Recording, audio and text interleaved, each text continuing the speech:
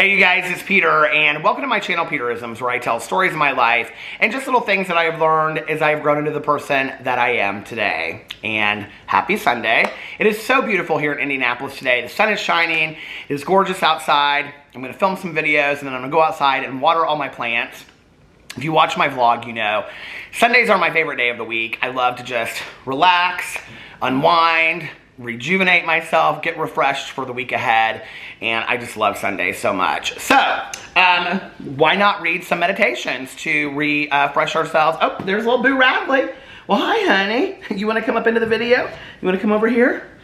He was helping his dad upstairs make a table, but now he said, I think I want to come down here and be in the Peterisms video today. You do? Are you having a good day? He said, I'm having a real good day, Dad. All right, so let's get into... I brought the two Melody Beatty books.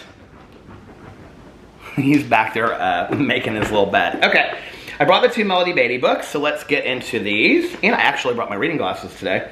All right, June 13th. Let's see what it says. Hanging on to old relationships. We want to travel baggage-free on this journey. It makes the trip easier.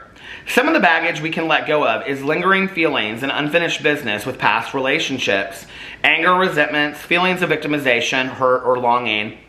If we have not put closure in a relationship, if we cannot walk away in peace, we have not yet learned our lesson. That may mean we will have to have another go-around with that lesson before we are ready to move on.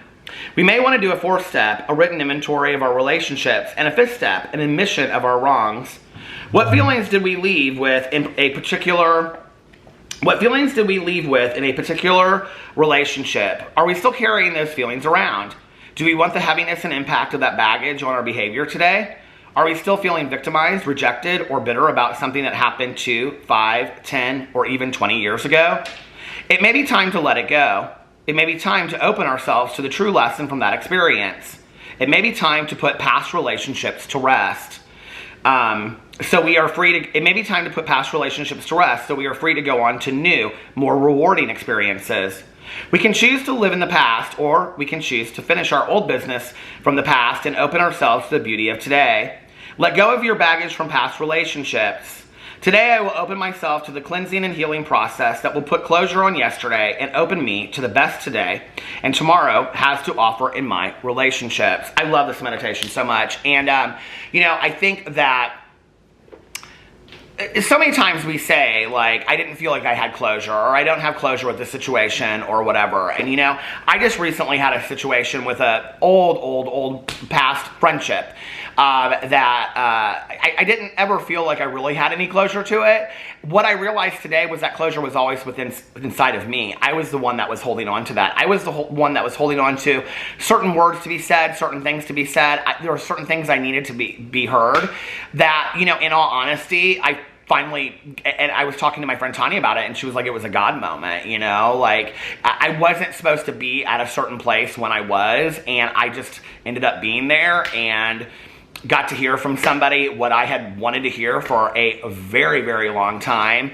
And it didn't really make much difference to me. It wasn't like it offered me the closure that I needed. It wasn't like all of a sudden I was good with that person again, because we're not. Like, it wasn't like we had this renewed relationship. The relationship was over. It was done. It was a long time ago, And at the same time, I'd always kind of felt this lingering inside of me. Like, why am I holding onto this anger and this resentment, What that situation did give me was I realized that I was allowing this person to rent a lot of space in my head for free.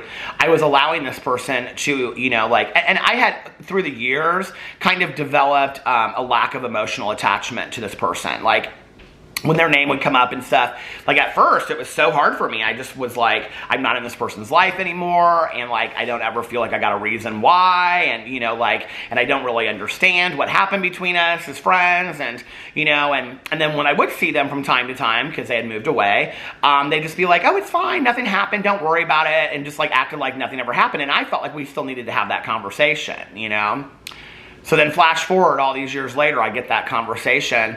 And I really realized I didn't really ever need that conversation. And you know what had changed? What had changed was it wasn't my perception of the situation. It wasn't that I had different expectations for this friend from the past or this relationship or whatever. It wasn't that those words didn't mean anything. I had changed. I had changed.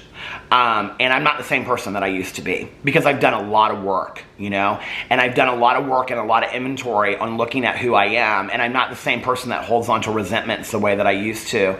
And I'm not the same person that puts expectations on other people because I don't want those expectations put on me.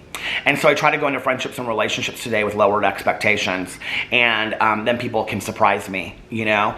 And in reality, looking back, I don't regret the friendship. We had a lot of great times. I don't know in retrospect though if I was the person that I am today back then that we would be friends. I think that I've changed so much, you know, and it was interesting because there were like a lot of conversations that came up that back in the day I would have been like, I would have been like in the conversation challenging things, and I just kind of sat there and just was like, you know, we cease fighting anyone and anything. It's one of the promises of recovery, and I have ceased fighting anyone and anything to some degree. I mean, not all things. There are things that I think are worth fighting for. There are situations that are worth fighting for, but today I picked my battles, you know? And I realized, in that moment, I think had you asked me the day before, you know, like, well, what do you need from that situation still? I would have been like, well, I feel like I need to have a sit-down conversation and still, like, have some resolve to it. And what was so interesting to me sitting there, having the conversation was, I realized this person really doesn't, they're not in your life. They don't have any impact on your life. They don't mean anything to you today. You don't value their opinion. You don't dislike them. You don't like them. You're just totally indifferent to them. I wish them the best. I love them as a person. You know, I love the time that we spent together. But I don't need anything from them, you know, and I realized that I had grieved the loss of that relationship a long time ago, you know, and I had let it go, and it was powerful. And it was powerful because I had been the one that changed. And when it's kind of like the line from the song Both Sides Now, and I love that. That's one of my all-time favorite songs. I love the Judy Collins version, which I grew up with because my mom loved Judy Collins, but she also loved Joni Mitchell, and the Joni Mitchell version live is my favorite. But the part where it says, old friends shake their heads and say that I've changed. And, you know, I think sometimes people think we've changed for the worse when we've changed for the better, you know? And I think that one of those things is not allowing people to rent space in our head, doing the work on a situation and realizing, you know, I can put closure to this situation on my own. I don't need the other person to have closure. And a good example of this is, you know, when we make amends in recovery, when we make 9-step amends, often the people that we're making amends to are no longer here. I mean, they have passed on. And that hasn't been the situation with amends that I have had to make, but I've had a lot of friends of mine that have written letters and gone to grave sites, you know, and just done these kind of like out loud kind of higher moment or higher power moment amends, right? So like what that tells you is that's not about the other person, that's all about you. So to put closure to a situation, you don't need the other person to do that. If you're stuck in life waiting for the other person to give you the closure, what I really believe that is for me today when I look at that is, that's a refusal to continue to move through the situation and get to the other side and feel healthier. I want to be healthier today. I want to live the best life that I possibly can. I want to enjoy every single moment of it. I don't want to be stuck in old relationships that, you know, old friendships, old, you know, whatever, that aren't bringing me any enjoyment, because then that stops me from enjoying the sunlight of the Spirit. That stops me from enjoying the relationships I do have in my life today and being grateful for those relationships. I don't want to be stuck in the past. I just don't, you know. And, you know, the saying is, if you keep one foot in yesterday and one foot in tomorrow, you poop all over today. So don't poop on today. Anyway, I love you guys. I hope you're having an amazing Sunday, and I will see you tomorrow. Bye.